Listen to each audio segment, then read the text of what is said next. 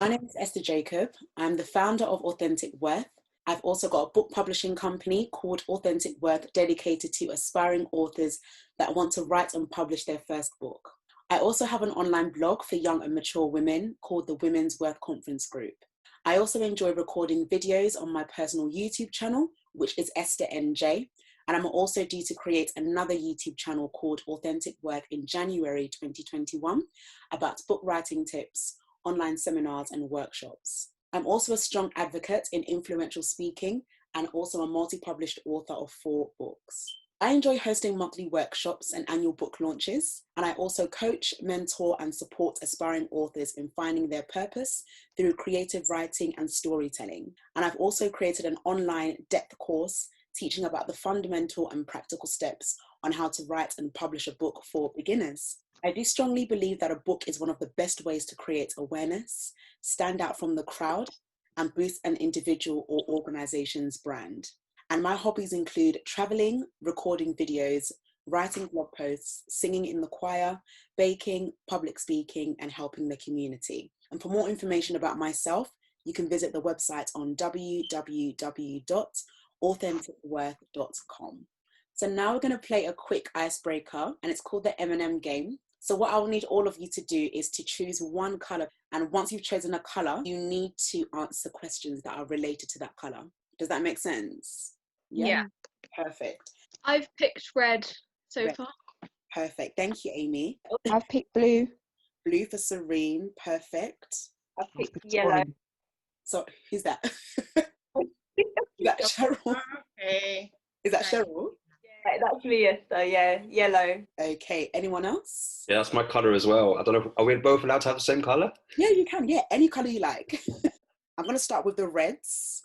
And the first question goes to Amy. What was one of your favourite things you did in the summer?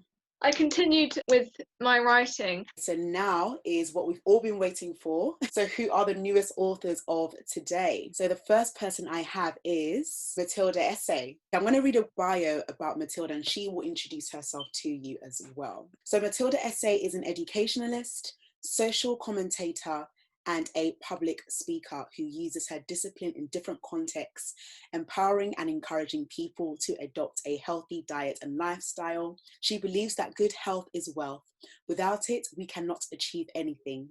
Matilda also raises awareness on her YouTube channel, Good Health is Wealth TV, and is one of her ways of fulfilling her purpose according to the will of God. I just want to say I'm happy to be here. I am trying to use this medium to empower people, to encourage people that we have to think differently about achieving good health. Now we're going to ask a few questions for Matilda. So first and foremost, congratulations on writing your first book. You wrote a book about health and lifestyle. Can you talk to us about how you found sharing your experiences with your health? I find it very easy to talk about people with my health because up until 2 years ago, I was in a place where I wasn't sure what I was eating, how I was living, what I was thinking.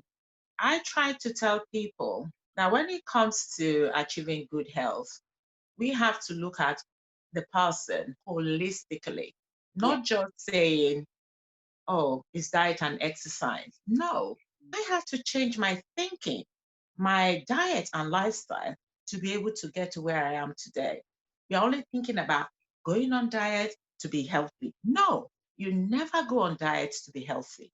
You eat, live, and think healthily. Although I already read your story, I know that you were very transparent and you were honest about your health. And I think what really inspires me about your book is the title, Diets Don't Work, because people think diets do work, but in your understanding, perhaps it didn't work for you. Can you expand more on stepping out of your comfort zone and having a fixed versus growth mindset in chapter 1 that you spoke about? I came across Carol Dweck, who theorized this negative mindset and growth mindset. And I came to realize that everything we do starts from the mind. If your mind is diseased, it affects your whole body.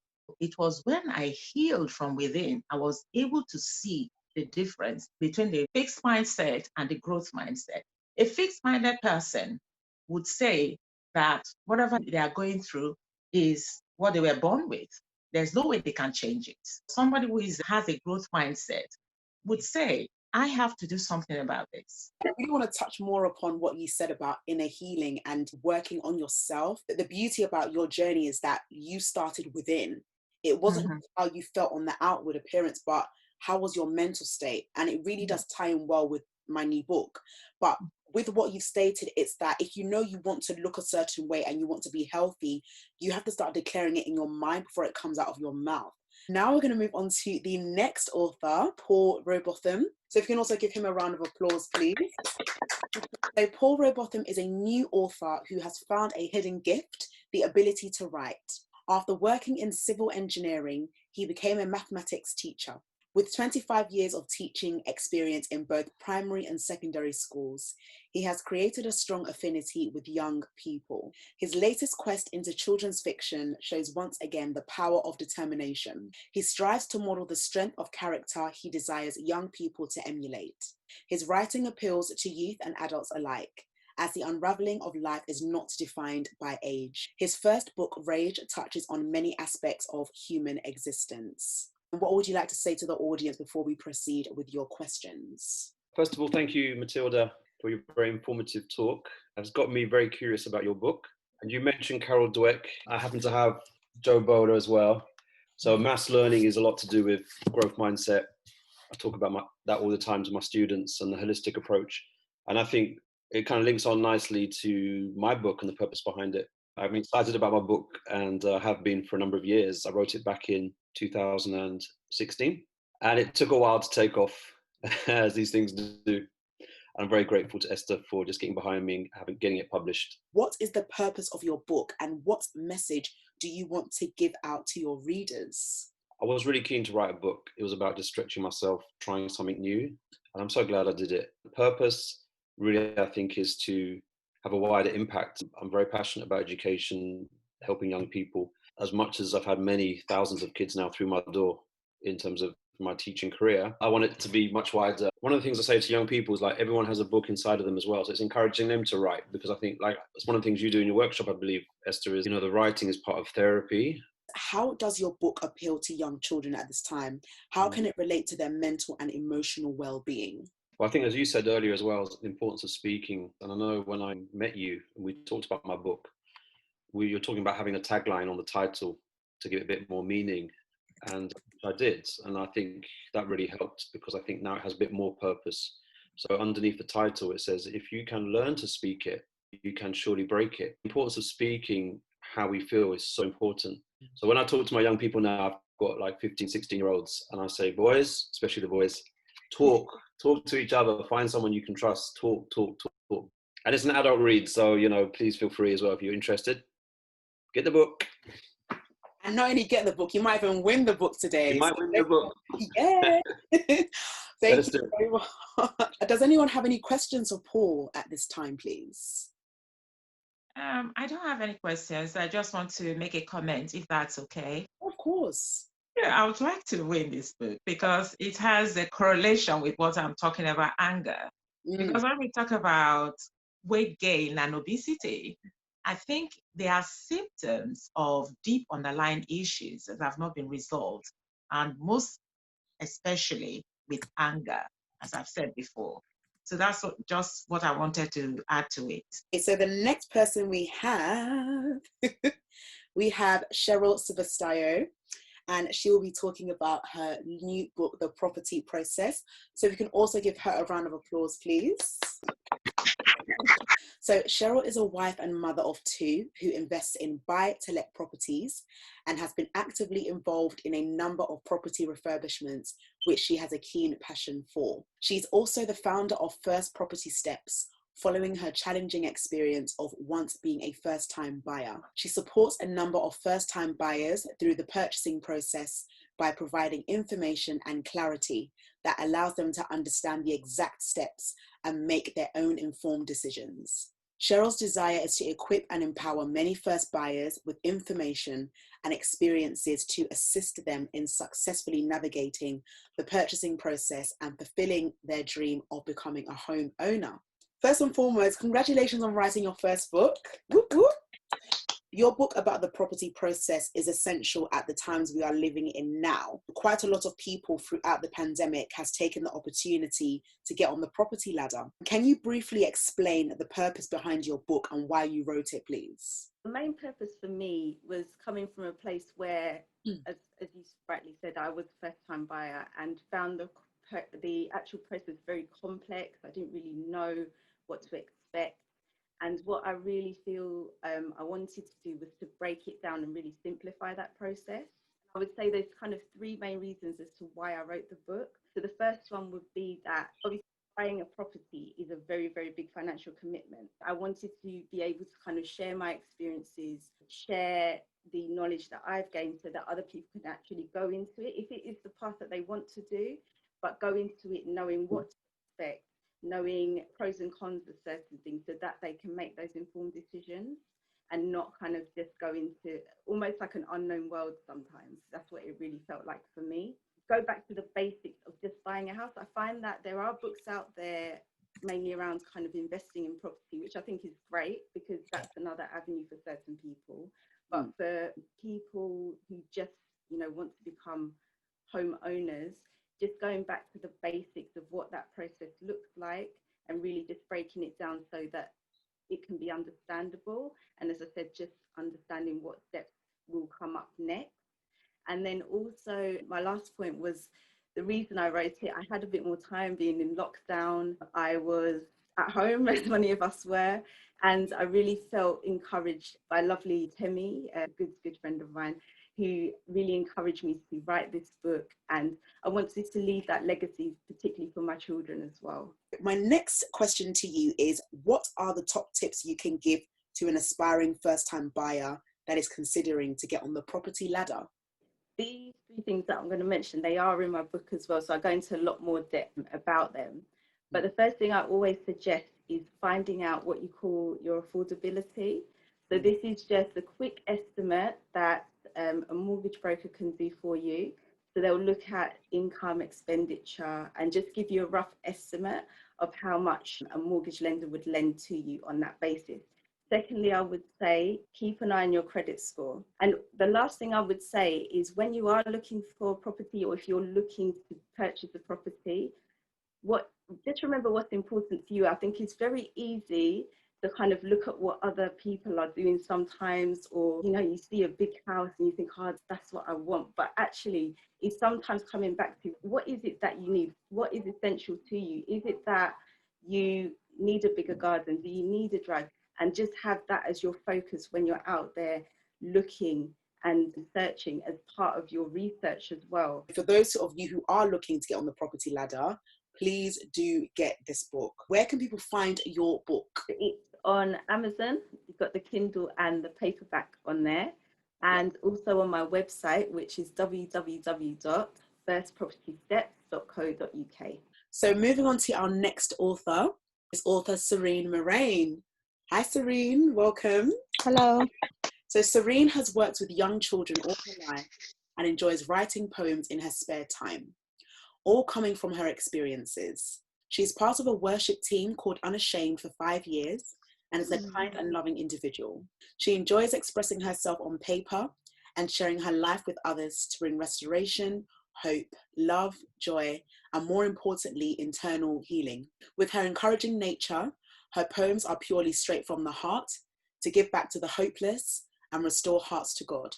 She desires to see people set free and break out of their insecurity into a realm of confidence in God. My first question to you is, your book is based on poetry and personal experiences. What inspired you to share parts of your life to others? From growing up, I didn't know how to express my feelings or how to express what I was going through. One day I was in my room looking at the four walls and I was crying out for help. And knowing you're on your own and you're just crying and you're hurting, but there's no one to talk to.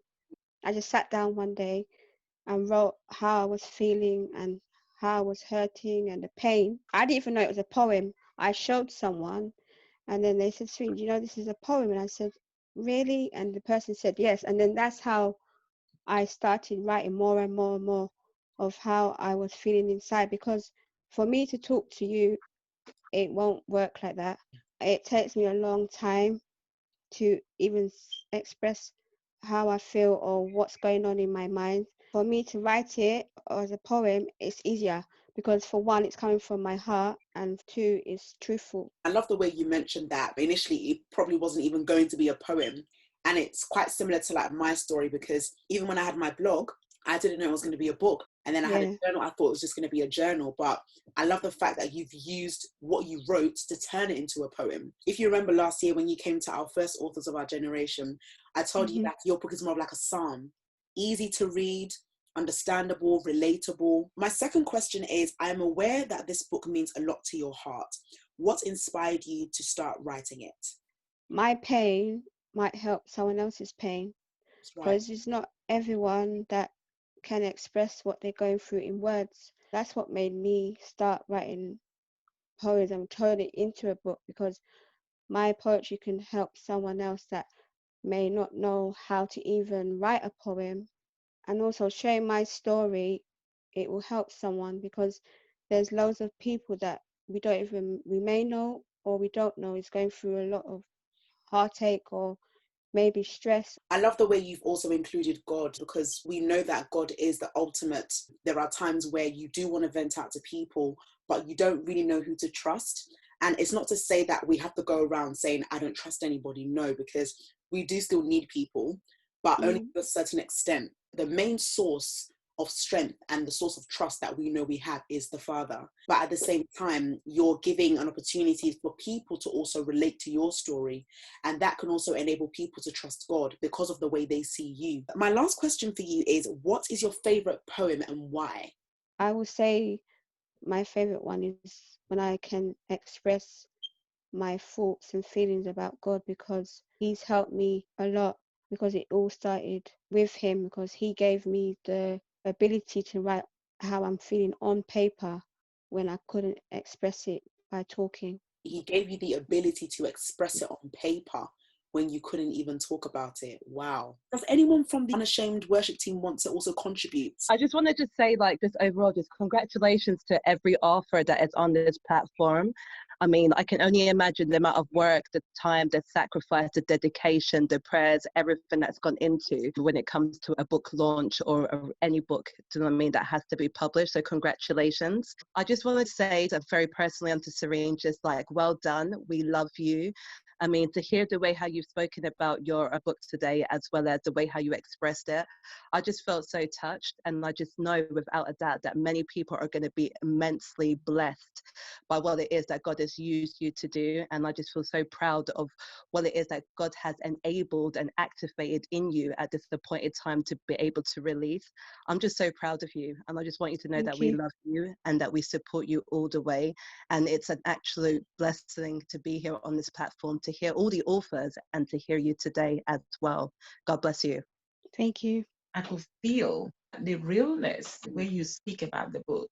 And it just goes to reinforce a statement that I already had, that sometimes the heart needs to break for the soul to heal. And that just brings that to me. Thank you, and I hope you do well with your book. Thank you. This is Abraham, and I want to say, well done, Serene. Oh, thank you. So last but not least, we have author Hana Abraham. So if we can kind of give her a round of applause, please. Thank you. So I'm going to quickly read a brief intro into Hana. Hana Abraham is an author and is currently in her final year of university studying food science. She is a pastry chef. Now, when I read this part, guys, I was in awe.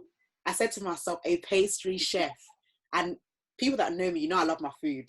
So, Hana, listen, I'm ready for you to give me a sample. She's also a recipe developer, she's a blogger, she's a writer, and she's also passionate about what she does. The story of her book is about magic and adventure around every turn. The book title is called Princess Lwam of Habesha Kingdom. It is a tale of a princess who has magic, an everlasting celebration of power, leadership, love, culture, and friendship. Traders from England settled on the Habesha kingdom to find various goals. Later, they kidnapped her younger brother, Prince Isaac, and destroyed the magical kingdom full of life. With the kingdom being captured, Princess Lwam must now face her enemies as she fights to save her kingdom. Can she battle her enemies, save her younger brother, and prevent the people that demolish her kingdom for good? So my first question for you is, your book is about culture. What inspired you to write a book about that? I'm Habesha myself, and for those of you that don't know what Habesha is, basically a Habesha is a term that is used between Eritrean and Ethiopian. This book is about an African princess. We have a lot of responsibility to actually teach our children our culture, our tradition, our values. My next question is, what is your favorite character in your children's book and why? My favorite character obviously is the main character, Lwam. She is brave. Even though she's a very strong black girl, she does has her vulnerability as well. One of my favorite characters is Ambassa. The animal that she raised is a lion. He's very overprotective of her. So Ambassa means lion. It's a metaphor that you're using. That means you are resilient, you're brave. Lions are very bold, very relentless. They don't look back. I know your lovely friends are also here to support you. I just want to say how proud I am. We really do need this representation where Black girls and young kids especially can look up and read a story where they feel heard and their culture is being represented. Thank you, Salem. No, you're welcome. I'm so proud of Hana because I remember the first time she told me about this book, I was like, wait, hold up, like, you're writing a book? Like, I didn't even know, like, you was into that, or, like, it's just a hidden talent that she's revealed to me. And I remember when she sent me the first, like, copy of, like, the first draft, I was just like, wow, when I read this, I was so empowered. So I'm really excited for this book. I can't wait to buy my copy. The next slide is for an open session for the Q&A. If any of you have any questions for either of these 5 authors, please let us know now. It's really great to see how everyone's coming through with mental health, health-wise as well, body-wise, and cultural and healing. So it's really good to see how everyone's coming through with different fields that they can contribute and going to help a lot of people going forward. So now we've got the prize giveaways. So between 611 to 630, all of you will have to pick a number. 630 for me. Amy, which number would you like to pick, please? 617. Maria, which number would you like to pick? 629. In no clear order, I'm going to now say who is the winner for Matilda's book, Diets Don't Work. I've got 6, 2, 9. Woo! Who won that? So that was me. Oh my God, that was me. Wow, that was me. Oh my God. Oh my God. And here's me talking about the healthy eating. Oh my God. Oh yeah. That's really good. That's so good, Maria. Well done. The next one is Raid by Paul Robotham. So I have 6, 3, 0. Yay, it's me! Yay!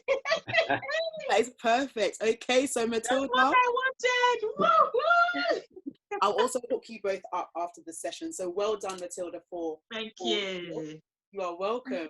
Thank you.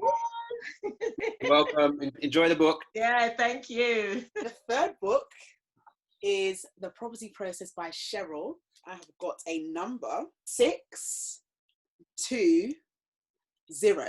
That's me.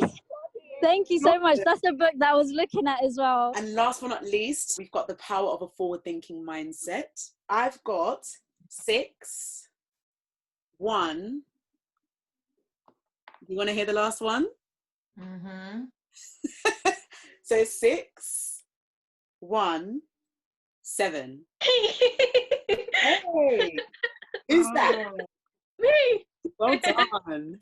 Thank you. And last but not least, I just really want to say thank you to each and every one of you. I'm really humbled, and I'm sure all the authors are also humbled and grateful for everything that has happened today. And we are also believing that your book will make it to our next Authors of Our Generation event workshop in 2021. Remember, you have what it takes to write your book. And from me to you, an excellent book is not written in haste. You can connect on the left-hand side for my personal social media accounts and the business, Authentic Worth on the right as well. I've got my YouTube channels as well. So for those of you who are on YouTube, I'd really be appreciative if you could subscribe to Authentic Worth and Esther NJ, because more of what I'm going to be doing now is going to be uploaded. Thank you so much for your time today. Thank you, Hana. Thank you, Serene. Thank you, Matilda. Thank you, Paul. Thank you, Sheryl. We are really grateful to have you, and hopefully next year we are looking forward to seeing many more authors as well. But thank you very much for attending Authentic Worth's last annual event of the year, and we look forward to seeing you in our next session. Bye. Bye. Thank you. Thank you so much. Bye. Bye. Bye. Bye. Thanks, everyone. Thank you.